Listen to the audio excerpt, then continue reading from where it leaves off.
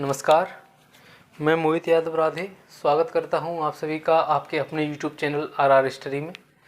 तो जैसे कि कल की जो हमारी क्लास हुई थी उसमें हम पढ़ रहे थे भारतीय नागरिकता के बारे में और हमने कुछ अनुच्छेद उसमें देखे थे, जिसमें हम जो 5 से 8 अनुच्छेद तक उसमें हम देख चुके थे। उसके अलावा जो अनुच्छेद आपके रह गए हैं उनको हम कल की वीडियो में करेंगे, ऐसा मैंने कहा था और आज भी मैं वही कह रहा हूँ कि उनको हम कल की वीडियो में करेंगे।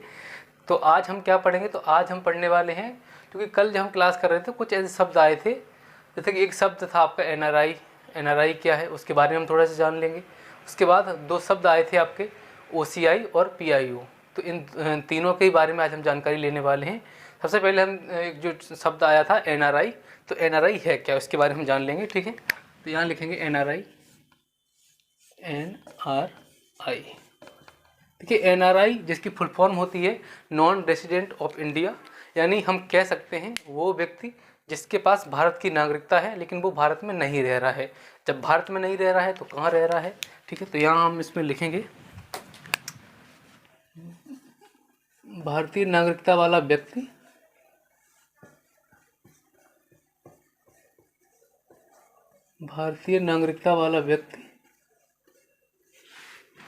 विदेश में रह रहा है, ठीक है, विदेश में रह रहा है। अब ये व्यक्ति विदेश में कितने दिन के लिए रह रहा है, तो ये व्यक्ति है विदेश में 6 महीने से ज़्यादा से समय इसको विदेश में रहते हो गया है, ठीक है। 6 महीने से ज़्यादा इसको विदेश में हो गया है, ठीक है। 6 महीने से ज़्यादा भी हो सकता है, 6 महीने भी हो सकता है, ठीक है। उसके अलावा हम देखेंगे जो 6 महीने विदेश में रह रहा है, अब ये विदेश में रहने गया है तो इसका उद्देश्य क्या है, विदेश में किस काम के लिए गया है। तो इसका उद्देश्य हो सकता है वो नौकरी करने भी गया होगा, ठीक है, नौकरी भी उसका उद्देश्य हो सकता है। वो शिक्षा पाने के उद्देश्य से भी गया होगा, शिक्षा का उद्देश्य। उसके अतिरिक्त वो घूमने भी गया होगा, ठीक है। ये उसके कुछ उद्देश्य हैं जो विदेश में जाने के हो सकते हैं। और एनआरआई जिसकी फुल फॉर्म होती है आपकी नॉन रेसिडेंट ऑफ इंडिया, ठीक है। वैसे तो जो एनआरआई है वो अर्थव्यवस्था के हिसाब से, अगर हम उसके दृष्टिकोण से अगर इनको देखें तो ये भारत की अर्थव्यवस्था के लिए बहुत ही महत्वपूर्ण बोले जाते हैं, माने जाते हैं, क्योंकि ये जो हैं वो विदेश में नौकरी करते हैं और वहाँ से जो रेमिटेंस है, यानी जो विदेश की जो पूंजी है, यानी विदेश की जो मुद्रा है, वहाँ की जो प्रचलन में जो मुद्रा है उस मुद्रा को भारत में भेजते हैं। तो इसलिए ये भारतीय अर्थव्यवस्था के दृष्टिकोण से बहुत ही महत्वपूर्ण माने जाते हैं, ठीक है। तो अब हमने देखा एनआरआई और अब हम देखने वाले हैं क्या होता है पीआईओ और क्या होता है ओसीआई, ठीक है। तो इसको हम साफ करेंगे क्योंकि उस चीज़ को हम बिल्कुल तुलनात्मक अध्ययन उसका करने वाले हैं, क्या होता है पीआईओ और क्या होता है ओसीआई, ठीक है। इसको हम साफ करेंगे पीआईओ, ठीक है, पीआईओ, और ये लिखेंगे हम ओसीआई। सबसे पहले कुछ जो बेसिक चीज़ें हैं इसके बारे में वो हम जान लेंगे। जो पीआईओ है इसकी फुल फॉर्म होती है पर्सन्स ऑफ इंडियन ओरिजिन,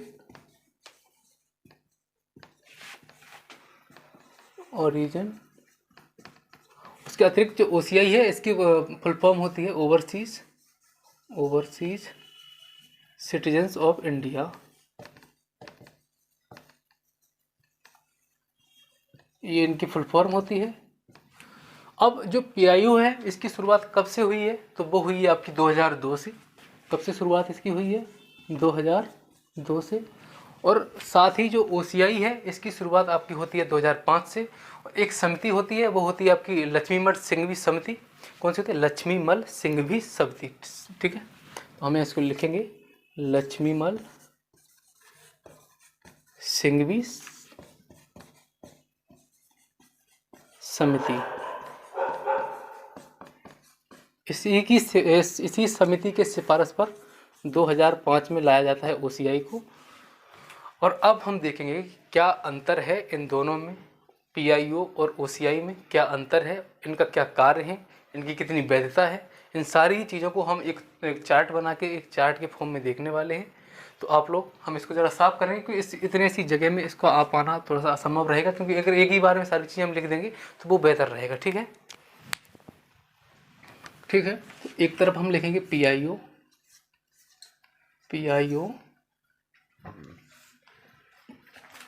दूसरी तरफ यहाँ शायद बोर्ड की जी लाइट जो है वो रिफ्लेक्ट करती है, तो इसलिए यहाँ लिखेंगे हम OCI।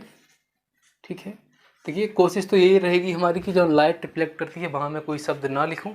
उसके अतिरिक्त अगर मैं वहाँ से कोई शब्द लिख रहा हूँ तो उसको आप लोग क्या करेंगे, उसको आप लोग जो मैं मुंह से शब्द बोलूँगा उस पर आप ध्यान देंगे और उस चीज़ को वहाँ से समझेंगे। ठीक है। तो ये जो PIO है वो क्या है, और सबसे पहले ये सवाल आएगा कि ये किसे प्राप्त है। PIO और OCI है वो किन्हें प्राप्त होता है। ठीक है। तो यहाँ हम लिखेंगे कि किसको प्राप्त है, किसको प्राप्त। ये PIO है, ये उस व्यक्ति को प्राप्त होता है जिसके पास भारतीय पासपोर्ट रहा हो कभी या फिर। ठीक है। तो यहाँ लिखेंगे भारतीय पासपोर्ट था, भारतीय पासपोर्ट था। ठीक है। वहीं जो ये OCI है उसमें ये जो OCI किसको कार्ड जो है वो किसे प्राप्त होता है, वो होता है विदेशी नागरिक को। ठीक है। जिसके पास विदेशी नागरिकता है। ठीक है। विदेशी नागरिकता वाले व्यक्ति को।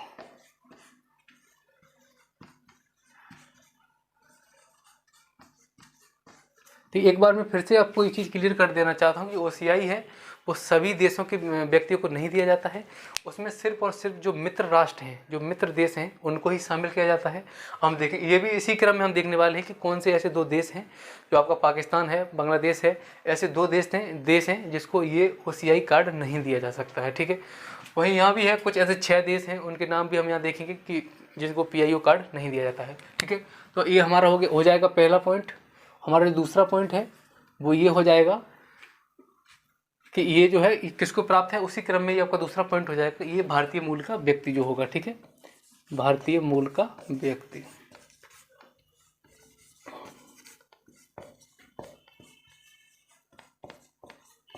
अब ये भारतीय मूल का व्यक्ति जो हम कल देख चुके हैं अनुच्छेद 8 में, तो इसका जो अर्थ होता है भारतीय मूल का व्यक्ति होने का मतलब ये है कि जो जिसके दादा दादी, जिसके पिताजी भारत से बिलोंग करते हो, भारत के हों, और इसने जो क्या किया हो, इसने विदेश की नागरिकता को ले लिया हो। ठीक है।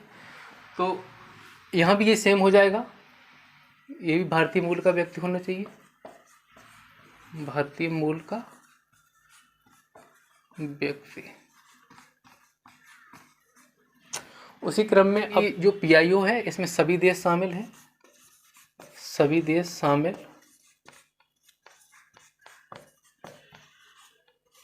कुल 6 देशों को छोड़कर। ठीक है। 6 देशों को छोड़कर। कौन कौन से हैं वो 6 देश, तो अब उन 6 देशों को हम नाम यहाँ देख लेंगे। एक हो जाता है आपका चाइना, भूटान, चाइना, भूटान, नेपाल, बांग्लादेश, पाकिस्तान। कितने हो गए यहाँ पे, 5 हो गए हैं। उसके अलावा एक है आपसे, एक हो जाएगा आपका श्रीलंका। तो ये कुल 6 देश हैं जिनको क्या है PIO कार्ड नहीं दिया जाएगा। उसके अतिरिक्त जो अन्य देश हैं उनको PIO कार्ड दिया जा सकता है। ठीक है। उसके बाद इसी देखेंगे OCI में कौन से ऐसे 2 देश हैं, तो सभी देश पहले लिखेंगे, सभी देशों को मिल सकता है, सभी देश इसमें शामिल हैं, 2 देशों को छोड़कर। तो जैसा कि हमने अभी जब इसको बताया था तो मैंने अभी बताया था कि ये केवल और केवल मित्र राष्ट्रों के लिए ही है, और इसमें 2 देशों को शामिल नहीं किया गया है। तो वो कौन से 2 देश हैं, एक तो है आपका बांग्लादेश और दूसरा है आपका पाकिस्तान। ये ऐसे 2 देश हैं जिसको OCI कार्ड नहीं मिलता है। अब सवाल आता है ये जो PIO और OCI कार्ड हैं इनके लिए कितनी कीमत देनी पड़ती है, इसकी ये फिर जो कार्ड है ये बनते हैं इसके लिए कितनी कीमत अदा करनी पड़ती है। तो यदि व्यक्ति 18 साल से छोटा है, 18 ईयर से छोटा है, ठीक है, तो उसको देनी पड़ेगी 7500 रुपये। उसके अलावा अगर व्यक्ति 18 साल से बड़ा है, 18 साल से व्यक्ति अगर बड़ा है तो उसको चुकानी पड़ेगी 15,000 रुपये। और उसी तरीके से जो OCI है, इसके लिए जो कीमत देनी पड़ेगी वो आपकी देनी पड़ेगी 275 US डॉलर। अब आप देख लेना कि जो 275 US डॉलर है वो रुपए में कितने होंगे। अगर अभी की अगर वर्तमान की हम बात करें तो 275 है, इसमें आप इंटू कर देंगे 82 का, ठीक है, क्योंकि एक 82 जो डॉलर है, 82 जो रुपए है उसके बराबर $1 है, ठीक है। यहाँ हम लिखेंगे 82 रुपीज़, ठीक है।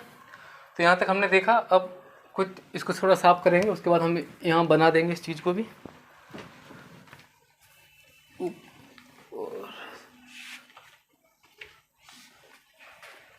देखिए, कोशिश अगर आप हमारी क्लासेस से पढ़ रहे हैं तो आपकी कोशिश ये रहनी चाहिए कि आप साथ ही साथ जो मैं चीज़ों को यहाँ नोट कर रहा हूँ उन्हें साथ ही साथ आप नोट करते जाएं, क्योंकि समय थोड़ा सा कम रहता है। वीडियो को एक लिमिट में हमें रखना पड़ता है, ये भी हमारे ऊपर दबाव रहता है। तो उस चीज़ को आपको समझना है, ठीक है, और हमारे साथ कोऑपरेट करना है। उसके लिए आप लोगों का धन्यवाद और हम आपसे माफ़ी चाहते हैं, ठीक है। तो यहाँ क्या रहेगा, जो हमने देखा कि 18 साल इसकी मैंने बात करी, जो इसकी कीमत है उसकी, ठीक है, कीमत की बात करी। अब आएगा कि ये वैलिड कब तक है, ठीक है। अब बात होती है इसकी वैधता की, इसकी वैधता कितनी है। तो जो PIO कार्ड है इसकी वैधता होती है 15 ईयर्स, ठीक है। वहीं जो OCI कार्ड है इसकी वैधता होती है लाइफ टाइम, ठीक है, इसकी लाइफ टाइम वैलिडिटी होती है, ठीक है, ठीक है। अब इसी क्रम में आपका अगला पॉइंट आ जाता है कि सुविधा क्या क्या देता है ये कार्ड, क्या क्या सुविधाएं देगा ये कार्ड आपको, ठीक है। इसको साफ कर लेंगे एक बार पूरा ही, जब अच्छी जगह हो जाएगी। तो ये जो PIO है इससे सुविधाएं मिलती है कि बिना वीज़ा के भारत आ सकते हैं,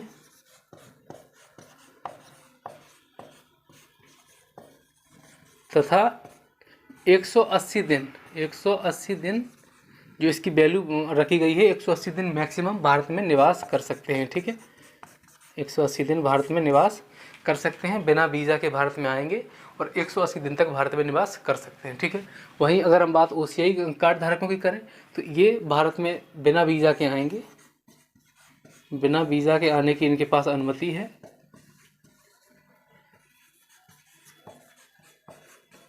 तथा लाइफ टाइम ये यहाँ रुक सकते हैं, ठीक है, लाइफ टाइम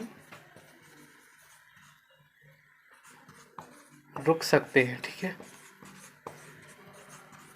आपका PIO है, इसके पास क्या है कि 180 दिन की वैलिडिटी है, उसके ज़्यादा ये क्या है भारत में नहीं रह सकते हैं।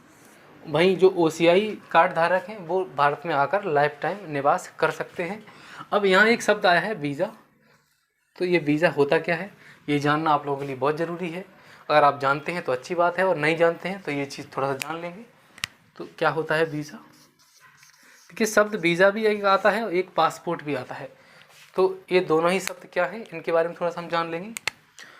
जो वीज़ा है, जो वीज़ा है, जब हम किसी देश की यात्रा करते हैं तो उस देश में जाने के लिए उस देश से जो अनुमति ली जाती है वो होता है आपका वीज़ा, ठीक है। तो विदेश जाने के लिए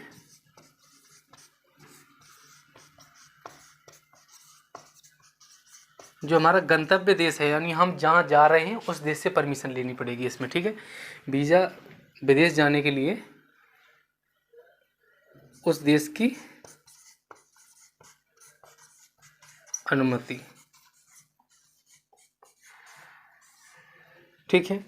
यानी इसका ये अर्थ है कि जब हम किसी देश में जा रहे हैं, सपोज़ करिए हम अमेरिका जा रहे हैं, तो अमेरिका जाने के लिए हमें अमेरिका का जो वीज़ा है वो बनवाना पड़ेगा, यानी हमें अमेरिका से परमिशन लेनी पड़ेगी कि हम अमेरिका में आ सकते हैं। इसका अर्थ ये है कि बिना वीज़ा के विदेश नहीं जा सकता है कोई भी व्यक्ति, ठीक है, बिना वीज़ा के विदेश नहीं जा सकता है।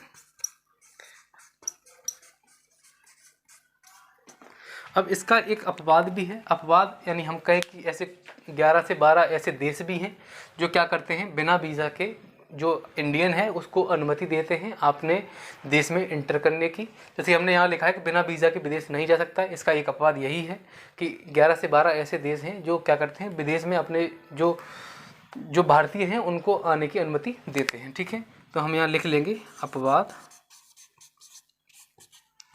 कुल 11 से 12 ऐसे देश हैं। ठीक है, कितने देश हैं?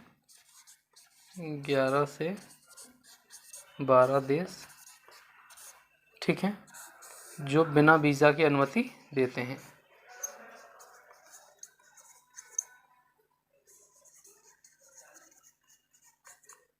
अब उनका अगर नाम भी लिखना चाहो तो भी हम ऐसे कुछ देशों के नाम आप लोगों को यहाँ बताए दे रहे हैं, सभी के लिखना आवश्यक नहीं है। तो एक हो जाएगा आपका नेपाल, मालदीव, ठीक है, भूटान, उसके अतिरिक्त हो जाएगा आपका जिम्बाब्वे, कतर जहाँ अभी जो हमारा फुटबॉल का वर्ल्ड कप है वो हुआ था, कतर, वहाँ भी आप बिना वीज़ा के जा सकते हैं। उसके अलावा है आपका केन्या। इसी तरीके से अन्य कई देश हैं जिनका नाम यहाँ शामिल कर पाना थोड़ा सा अभी ठीक थोड़ा संभव नहीं रह पाएगा मेरे से। ठीक है, तो केन्या हम लिख लेंगे आदि। ठीक है, तो इसी तरीके से कुल 11 से 12 ऐसे देश हैं जो भारतीयों को बिना वीज़ा के अपने देश में एंट्री लेने की अनुमति देते हैं। ठीक है, थाईलैंड भी है, ऐसे ऐसे कई देश हैं जिनका नाम शायद यहाँ हमें एकदम से याद नहीं आ रहा है। थाईलैंड भी एक ऐसा देश है जो भारतीयों को बिना वीज़ा के अपने देश में अनुमति देता है। ठीक है, तो यहाँ तक हमने देखा वीज़ा। अब आता है सवाल कि पासपोर्ट क्या है। जब वीज़ा ही है तो पासपोर्ट क्या है, पासपोर्ट किसे कहते हैं, इसको हम करेंगे साफ और हम देखेंगे, थोड़ा यही देख लेते हैं चलो कि पासपोर्ट क्या है। ठीक है, पासपोर्ट देखिए, जब वीज़ा हमने देखा था तो हमने देखा था कि जिस देश में जा रहे हैं उस देश की अनुमति लेनी पड़ती है। और पासपोर्ट से क्या है, जब हम किसी विदेश में जाते हैं तो अपने ही देश से अनुमति लेनी पड़ती है, क्या हम जा सकते हैं। ठीक है, तो हम यहाँ लिखेंगे पासपोर्ट में विदेश जाने के लिए अपने ही देश से अनुमति। ठीक है, विदेश जाने के लिए अपने ही देश से अनुमति, अपने ही देश से अनुमति। पासपोर्ट में क्या होता है, यानी जब हम विदेश जाते हैं तो अपने ही देश से इसमें अनुमति लेते हैं। अब ऐसे कुल 2 देश हैं जिनमें हम बिना पासपोर्ट के एंट्री ले सकते हैं, वो है आपका नेपाल और दूसरा है आपका भूटान। ठीक है, तो इसका अपवाद है, अपवाद क्या कहें हम ऐसा यहाँ लिख सकते हैं, ऐसे 2 देश हैं, 2 देश जहाँ बिना पासपोर्ट के आप जा सकते हैं। ठीक है, तो वो दोनों देश हैं, एक है आपका नेपाल और दूसरा है आपका भूटान। ये 2 ऐसे देश हैं जहां आप बिना पासपोर्ट के जा सकते हैं। तो यहाँ तक हमने देखा वीज़ा, पासपोर्ट, और हमने ये बहुत अच्छी तरीके से देखा है कि क्या होता है PIO, क्या होता है OCI।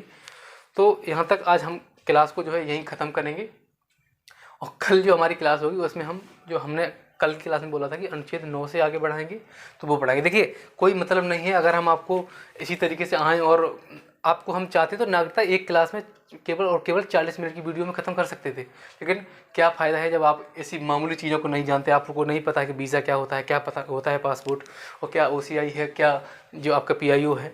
तो इन सारी चीज़ों को जानना आप लोगों के लिए आवश्यक है। देखिए, कोई खाना पूर्ति वाला काम नहीं किया जाएगा, किसी तरीके का कोई जो कंटेंट है वो किसी भी तरीके से किसी आप कहें कि कॉपी पेस्ट वाला काम है वो नहीं किया जाएगा। आप लोगों को जो जब तक सारी चीज़ें क्लियर नहीं होंगी तब तक मैं यहाँ से आगे बढ़ना ज़रूरी नहीं समझूंगा। ठीक है, तो कल हमने बात करी थी अपने नैतिक दायित्व के बारे में, तो वो मैंने बताया था कि मैं 100% अपने नैतिक दायित्व को निभा रहा हूँ और आप लोगों से यही आशा हमने की थी कि आप लोग भी उसको निभाएंगे, लेकिन आप लोगों ने नहीं निभाया है। आप लोगों ने हमारे चैनल को शेयर नहीं किया है, वीडियो को लाइक नहीं किया है। ठीक है, जो लोग कर रहे हैं अच्छी बात है, लेकिन जो लोग नहीं कर रहे हैं उन लोगों को उनका जो दायित्व है वो याद दिलाना हमारा काम है। तो आप लोग थोड़ा सा हमारी वीडियो को शेयर करिए और चैनल को सब्सक्राइब करिए। और इसी तरीके की वीडियो, ऐसा नहीं है कि किसी भी तरीके से हम कोई भी क्लास में हम कोई खाना पूर्ति का काम करेंगे, बहुत अच्छी तरीके से, बहुत ही अच्छी तरीके से, यानी किसी भी तरीके से आपका जो जो वनडे एग्ज़ाम है उसमें आपका क्वेश्चन नहीं छूटेगा। इस चीज़ का जो प्रॉमिस है मैं आपसे कर रहा हूँ, आपके मोहित भैया आपसे कर रहे हैं, ठीक है। देखिए माफ़ कीजिएगा, हम वीज़ा पासपोर्ट बताने के चक्कर में कुछ एक महत्वपूर्ण जो चीज़ थी वो बताना भूल गए हैं। उसको हम यहाँ ऐड करेंगे। जो PIO है वो OCI, अब इन दोनों को मर्ज कर दिया गया है। वो मर्ज कब किया गया है इसको हम ज़रा साफ करेंगे, उसके बाद बताएंगे आपको, ठीक है।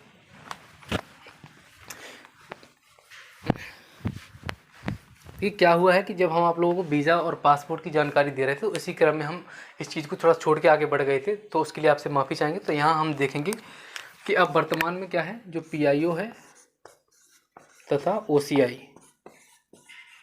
इन दोनों को क्या कर दिया गया है, इन दोनों को मर्ज कर दिया गया है।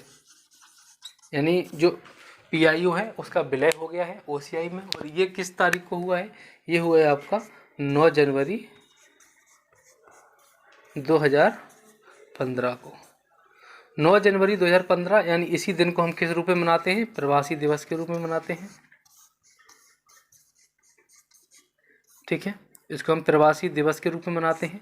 और प्रवासी दिवस के रूप में मनाने का एक कारण है क्योंकि जो महात्मा गांधी जी हमारे हैं वो हमारे जो राष्ट्रपिता महात्मा गांधी जी हैं वो इसी दिन यानी 9 जनवरी 2015 वो इसी के 100 साल पहले,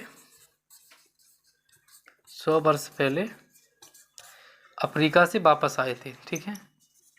अफ्रीका से वापस आए थे। गांधी जी कब आए थे, 1915 में आए थे, ठीक है। तो इसी कारण से क्या है, एक प्रवासी दिवस के रूप में हम 9 जनवरी को मनाते हैं। और 9 जनवरी 2015 को क्या किया गया, PIO को OCI में मर्ज कर दिया गया, यानी PIO का विलय हो गया OCI में। अब जो कार्ड है वो OCI ही होता है, ठीक है। अब इसी के साथ इस क्लास को हम खत्म करेंगे। माफ़ी चाहेंगे वो चीज़, क्योंकि कई बार क्या होता है जो मेन टॉपिक होता है वो हमारा पीछे रह जाता है, कई ऐसे शब्द आ जाते हैं जिनको हम बताने लगते हैं जिस कारण से कुछ थोड़ी सी बहुत समस्या आएगी, ठीक है। हम आज की इस क्लास को यहीं ख़त्म करेंगे और कल की जो क्लास होगी उसमें हम देखेंगे अनुच्छेद 9 से आगे का, ठीक है। तब तक के लिए आप लोगों का धन्यवाद, बाय, गुड नाइट।